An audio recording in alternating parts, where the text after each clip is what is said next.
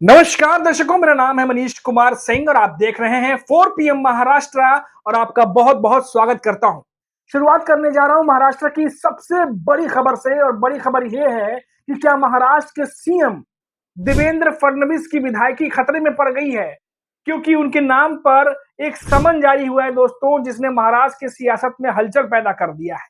क्या है पूरी खबर, आपको डिटेल से बताऊंगा और क्यों जानकार ये कह रहे हैं कि इस बार महाराष्ट्र के सीएम देवेंद्र फडणवीस की मुश्किलें बढ़ने वाली है। चलिए वीडियो की शुरुआत करता हूं, डिटेल से आपको बताता हूं कि मामला है क्या। देखिए, ये मामला है नागपुर का और दोस्तों जो नागपुर से खबर आ रही है कि बॉम्बे हाई कोर्ट की नागपुर बेंच ने महाराष्ट्र के सीएम देवेंद्र फडणवीस को समन भेजा है।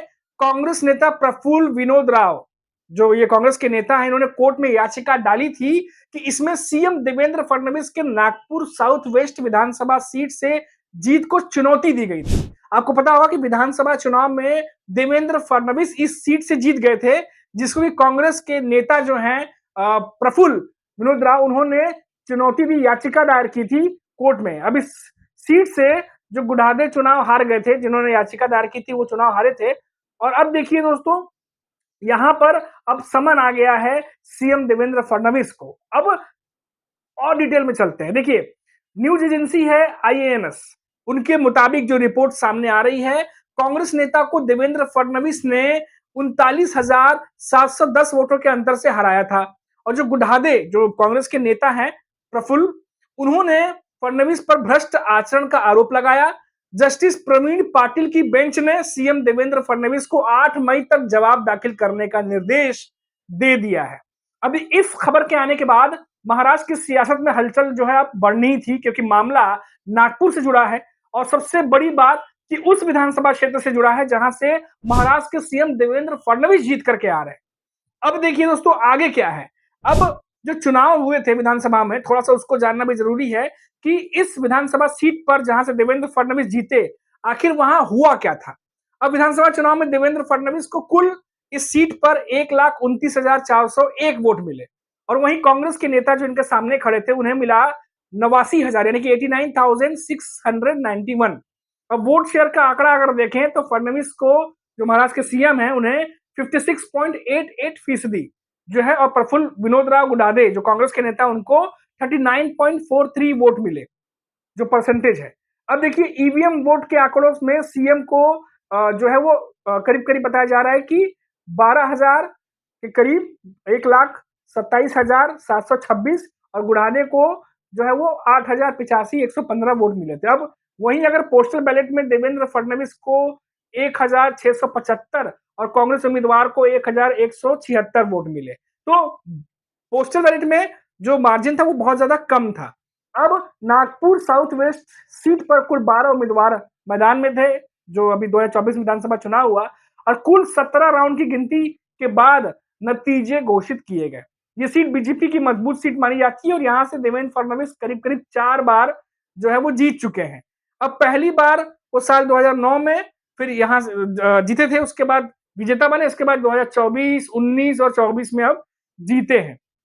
तो अब इसके बाद ये मामला जो है वो बढ़ गया है। जिस तरीके से कांग्रेस की तरफ से लीगल एक्शन लिया गया है, चुनाव नतीजों को लेकर के जो सवाल पूछे जा रहे हैं, अब कोर्ट में मामला है और समन जो है वो जारी कर दिया गया है। अब देवेंद्र फडणवीस की तरफ से क्या कुछ कहा जाएगा वो भी देखने वाली बात होगी। दोस्तों, ये सब कुछ ऐसे समय में हो रहा है जब महायुति के भीतर देवेंद्र फडणवीस भी जो है वो कहीं ना कहीं बीजेपी का वर्चस्व बढ़ाने में, और तो अपने सहयोगी जो हैं उनको कहीं ना कहीं वो ऐसा लग रहा है कि वो सहयोगी उनसे नाराज चल रहे हैं।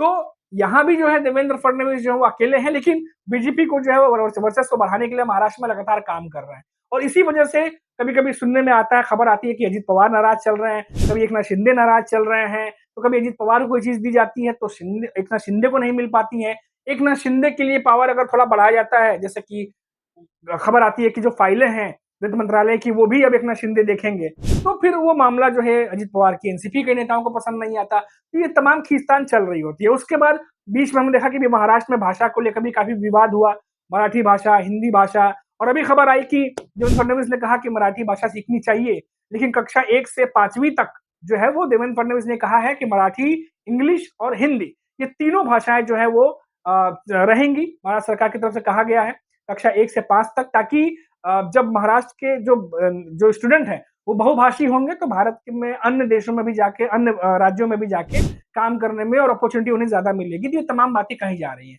अब इस बात पर राज ठाकरे भड़क गए हैं। सोशल मीडिया पर उन्होंने पोस्ट करके लिखा कि जो भी हुआ है वो ठीक नहीं हुआ, और कई सारी उन्होंने बातें लिख दी है, यानी अपोजिशन में सरकार के खिलाफ उन्होंने एक तरीके से अपना गुस्सा जो है वो जाहिर किया है। अब कई सारे और नेता भी हैं जो इस मामले में कूद पड़े हैं, क्योंकि महाराष्ट्र में आपको पता है कि ये आज से नहीं काफी समय से चल रहा है। मराठी भाषा, हिंदी भाषा को लेकर के लगातार नेता बयान देते रहते हैं। इन सबके बीच में महाराष्ट्र के सीएम देवेंद्र फडणवीस ने जो कुछ भी कहा, अब उसको लेकर के कई नेता देवेंद्र फडणवीस से भी नाराज चल रहे हैं। तो देखिए, देवेंद्र फडणवीस के हर स्टेप पे नाराजगी भी सामने आ रही है। महाविकास आघाड़ी जो तीनों दल है, शरद पवार, कांग्रेस और उद्धव ठाकरे की शिवसेना, वो भी चूकते नहीं है देवेंद्र फडणवीस पर जुबानी हमला करने में, और ये चीजें लगातार चल रही है। लेकिन सबके बीच में जो बड़ी खबर है वो ये है कि नागपुर से जुड़ा हुआ जो मामला मैंने आपको बताया, कि जहां से अब ये खबर आ रही है और ये पूरी मामले में जो है जानकारी ये कह रहे हैं कि जो समन आया है, इससे मुसीबत जो है वो देवेंद्र फडणवीस की कितनी बढ़ेगी, ये बढ़ेगी तो जरूर, लेकिन कितनी बढ़ेगी ये आने वाले समय में देखना होगा। और क्योंकि मामला उन्हीं के विधानसभा क्षेत्र से है और जो भी बातें कही जा रही हैं, अब उसको लेकर के क्या कुछ आगे होगा, जो कांग्रेस आरोप लगा रही है उसको लेकर के वो कहां तक लड़ाई लड़ेगी कानूनी, देवेंद्र फडणवीस किस तरीके से लड़ेंगे, सब कुछ देखना दिलचस्प होगा। लेकिन इतना जरूर है कि महाराष्ट्र में विधानसभा चुनाव के बाद से लगातार जो महाविकास आघाड़ी के नेता हैं वो हमेशा चुनाव के रिजल्ट पे भी सवाल खड़े करते रहे हैं, चाहे वो शरद पवार की एनसीपी हो, चाहे उद्धव ठाकरे की शिवसेना हो, चाहे कांग्रेस हो। और कई सारे नेताओं ने जो है वो कानूनी लड़ाई लड़ने की कोशिश भी की, बहुत सारे नेताओं ने प्रूफ देने की कोशिश की, बहुत सारे नेताओं ने प्रेस कॉन्फ्रेंस भी की, और हमने देखा कि महाराष्ट्र के नेताओं के साथ साथ खासतौर से संजय राउत, अगर सुप्रिया सुले की बात करें जो कि शरद पवार की एनसीपी से सांसद हैं, तो इनके साथ में राहुल गांधी ने भी प्रेस कॉन्फ्रेंस की थी और बहुत सारे डेटा के साथ सवाल खड़े किए थे कि आखिर महाराष्ट्र में अचानक वोटर्स हैं उनकी संख्या बढ़ कैसे गई, और पूरा प्रोजेक्टर के थ्रू उन्होंने डाटा पेश किया था। हालांकि उसके बाद बहुत सारे सवाल जवाब चुनाव आयोग से किए गए थे, लेकिन अभी तक जो है कुछ भी क्लियर और मामला सामने आ नहीं पाया है। अब ऐसे में फिर से एक बार देखिए, जो भी बातें कांग्रेस की तरफ से कही जा रही हैं, कई सारी बातें कही जा रही हैं कि प्रक्रिया को फॉलो नहीं किया गया, नागपुर के विधानसभा चुनाव में बहुत सारी गड़बड़ियों की बात कर रहे हैं। तो अब देखिए क्या होता है, क्या निकल के आता है, मामला कोर्ट में है, अभी तो बहुत कुछ कहना मुश्किल होगा। लेकिन इतना जरूर है कि फिर से एक बार कांग्रेस बीजेपी आमने सामने आ गई है, और क्योंकि मामला नागपुर से है, हेडलाइन बन रहा है, क्योंकि मामला जुड़ा हुआ महाराष्ट्र के सीएम से है, सुर्खियां बटोर रहा है, और ये खबर जो है दिन पर दिन और तेजी से फैलती चली जा रही है। अभी के लिए इतना ही। आप देखते रहिए 4 PM महाराष्ट्र। नमस्कार।